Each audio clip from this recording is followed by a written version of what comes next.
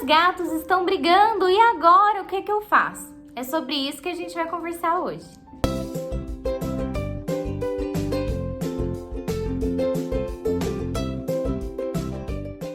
Bom, pessoal, conflitos entre gatos é uma das maiores questões, ou seja, problemas comportamentais relatados mundialmente. Eu falei problemas comportamentais porque eu não gosto de usar essa palavra problema, são questões comportamentais. Mas nós devemos nos ater a essa questão comportamental, porque muitas pessoas pensam que uma briguinha aqui e ali ou um conflito existente há algum tempo já entre gatos é normal. E não é, pessoal. A gente precisa se ater a essa situação, porque diversas são as causas e diversas são as consequências que podem afetar a saúde física e mental dos seus gatos. Então vamos lá, durante esse vídeo eu vou conversar sobre algumas possibilidades de razões, de causas para termos conflitos entre os nossos gatos dentro de casa. E eu vou enumerar algumas delas, como eu tenho visto, presenciado, experienciado durante todos esses meus anos, que aí vão mais de 10 anos em experiência de comportamento felino e em atendimentos. Na consultoria, a gente tem esse enorme número de atendimentos.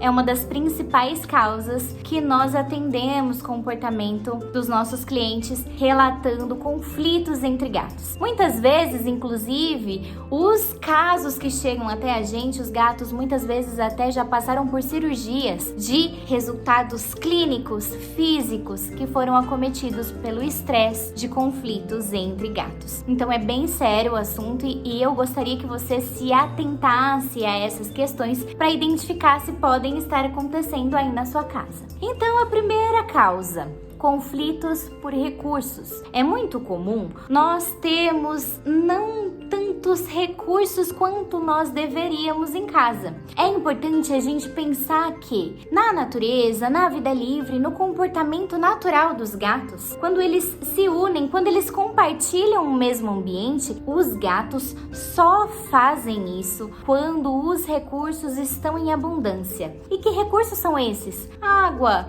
comida, locais de descanso, locais de eliminação. Sim, as caixinhas de areia são super importantes como recursos para os gatos. Locais para se esconder, para se refugiar de estímulos que eles não queiram interagir ou que eles se sintam ameaçados. E esses refúgios precisam proporcionar rotas de fuga. Muitas vezes nós temos esconderijos para os nossos gatos que para eles podem parecer seguros, mas que não são. Que eles ficam inacessíveis aos tutores e que ficam bem acessíveis a outros gatos, um lugar que o outro gatinho pode encurralá-lo e que ele não vai ter alternativa de escapatória. Então é importante sempre a gente pensar em rotas de fugas, entrada e saída, subida e descida de lugares. E todos esses recursos, então, local de alimentação, local de hidratação, locais para eles beberem água, locais para eles se abrigarem e se refugiarem, sejam no alto ou no baixo, e que eles possam tanto se esconder quanto observar o ambiente, porque é super importante. Nós temos um vídeo aqui no canal falando sobre a importância das verticalizações. Aqui atrás de mim eu tenho uma verticalização que vai até lá no alto para os gatos. Eu tenho um vídeo falando sobre a importância desses mobiliários, sobre a importância desses locais para os gatos ocuparem e mostrando quais eu tenho aqui na minha casa e as empresas e por que a gente deve fornecer para os gatos, porque que é importante para eles. Então confiram lá. A gente vai deixar o link aqui embaixo para vocês. E a gente tem vários conteúdos, pessoal. Lembrem-se de se inscreverem no canal, curtirem esse vídeo aqui pra gente saber que vocês gostam desse tipo de conteúdo e fazer mais. E também deixar aquele seu comentário sobre alguma coisa que a gente vai falar aqui no vídeo. Bom, então, os refúgios, local de eliminação e locais para arranhar. A arranhadura é uma informação olfativa para o gato. Ele marca o território arranhando. Então, a gente precisa ter diversos arranhadores. E esses 5 recursos, então, alimentação e hidratação, locais de descanso e refúgios, arranhadores e locais de eliminação, as caixas de areia, nós precisamos ter tudo isso multiplicado e disperso. Nada de fazer setor em casa. Tem muita casa de tutores, de gateiros, que a gente tem lá a área do refeitório. Eu chamo a área do refeitório um potinho de comida do lado do outro. Aí a gente tem um uma água ou 2 potes de água para uma casa de 5, 6 gatos. A gente está promovendo escassez. Quando a gente não dispersa e não multiplica os recursos, a gente promove a competição por eles, porque a gente dá a sensação de escassez. Mesmo quando a gente coloca, tenho 5 gatos, vou colocar 5 comedouros, um do lado do outro. Você fez um único local de alimentação. Então, se desses gatos se incomodar em dividir aquela quantidade daquele recurso, ele vai guardar aquela área. E o que acontece? Eles não vão brigar necessariamente, pode acontecer, mas não necessariamente eles vão brigar no local de alimentação. O gato que se incomoda em dividir esses recursos, um gato mais territorialista, ele vai, na verdade, causar conflitos nas periferias para ele proteger aquele recurso alimentar. Então, muitos tutores também me relatam assim, na minha casa não tem conflito por recurso não, eles comem juntos e tudo. E aí que tá o problema. Muitas vezes os gatos se incomodam de comer junto. E eles só comem juntos porque muitas vezes aquele momento que você está ali intervindo na situação da segurança, ou então ele se sente vulnerável em compartilhar no restante dos períodos. Então, o momento que você fornece alimentação, eles se direcionam para o comedouro, porque eles podem ser que não tenham essa alimentação em outros horários. Então, mais uma vez, às vezes comer junto pode parecer uma coisa linda, mas muitas vezes pode ser que não é. A gente precisa, né, Mavi? Mavi tá participando vocalmente aqui. A gente precisa se atentar sobre diversas coisas. Os comportamentos sociais dos gatos são complexos, porque eles não são muito desenvolvidos. O gato, ele vem de um ancestral na natureza que era solitário. Então, os comportamentos existentes entre uma organização social ainda estão sendo descobertos pela ciência, ainda estão sendo estudados. Eu estudei uma parte de comportamento social no meu mestrado e realmente é bem complexo. São sutilezas, posições de orelha, de cauda, de posicionamento frente ao ambiente, localizações no ambiente, condutas de aproximação, condutas de prioridade por recursos. Nós temos lá no Instagram um conteúdo falando sobre isso, a diferença, né, dessa questão, se tem alfa, se tem dominante. Bom, pessoal, resumindo, comportamentos sociais dos gatos são complexos e eles são animais adaptados para não brigarem. Por quê? Brigar causa injúria, ferimento, que pode levar à atração de parasitas. Eles podem ficar doentes com esses ferimentos da briga. Eles perdem energia. Então, tudo que puder ser resolvido em comportamento não agressivo, comportamento que a gente caracteriza de agonísticos. Existem vários comportamentos que estão relacionados a esses conflitos, a essas agressividades silenciosas, o que eu costumo chamar de guerra fria, que muitas vezes os gatos eles exibem, mas que nós, com olhares humanos, não conseguimos detectar. A gente detecta quando há perseguição e quando os gatos já estão realmente se atacando. E isso, quando acontece, é porque o copinho já transbordou. Quando um gato começa a perseguir, encurralar o outro, é porque esses sinais que antecederam não foram o suficiente. E porque muitas vezes o ambiente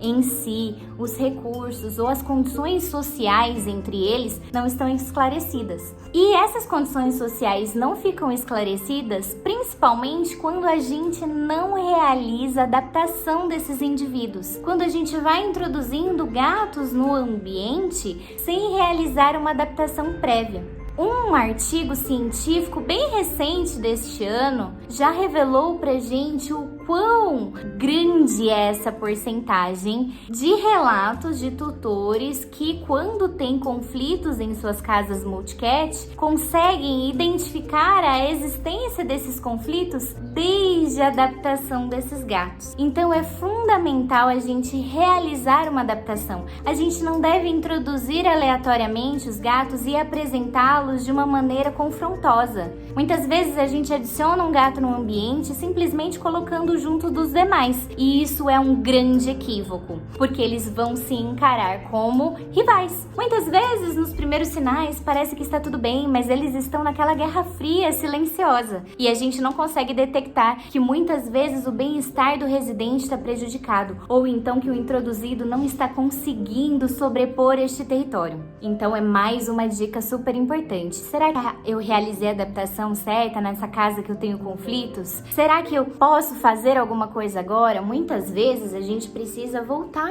lá e readaptar esses gatos. E muitas vezes a gente precisa reorganizar esse ambiente, essa estrutura social, e isso vai acontecendo de uma maneira bem gradativa, estudando caso a caso e estudando a personalidade de cada gato. Porque tem mais essa questão. Cada gato reage a um outro indivíduo de acordo com as suas experiências prévias. Ele ter ou não tido contato com outros gatos no seu período sensível, que é o período de sociabilização, que vai ali da segunda até a 8ª semana da vida do gatinho, se ele não teve contato com outros gatos e esses contatos não foram positivos, ele vai levar esse tipo de reatividade a outros indivíduos para a vida adulta. Existem também as questões de conflitos por recursos específicos, como recursos de atenção do tutor, por exemplo. Existem conflitos onde o gato ele mudou o seu comportamento, o seu estado de humor e redirecionou uma agressividade para um indivíduo porque ele teve uma sensibilização com um estímulo específico. Muitos casos acontecem onde os gatos se davam bem, eram companheiros, exibiam até comportamentos afiliativos, de se lamberem, dormirem juntos, brincarem juntos, e algo do nada aconteceu e os gatos passaram a brigarem.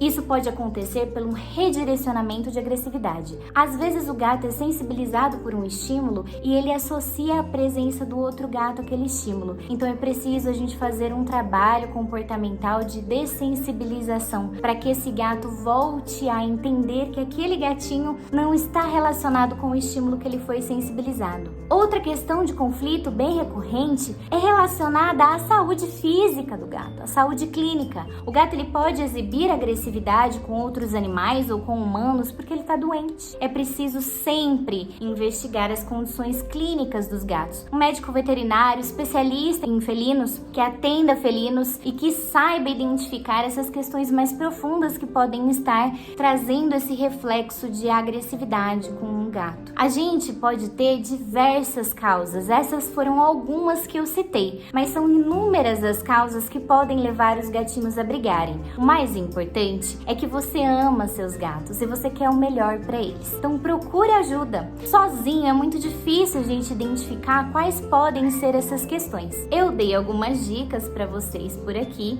Vocês podem comentar aqui e nós também podemos auxiliá-los com uma consultoria comportamental. É só entrar em contato aqui no telefone que a gente vai deixar aqui embaixo para saber como funciona o nosso trabalho. Eu espero que este vídeo tenha ajudado você e calma, há como harmonizar a sua situação. Não se descabele e não se culpe. Tudo há como a gente harmonizar e trazer realmente aí uma confiança para os gatos ocuparem o mesmo ambiente de uma maneira positiva. Basta a gente ter paciência, persistência e dedicação e um acompanhamento profissional. Pessoal, um beijo e até o próximo vídeo.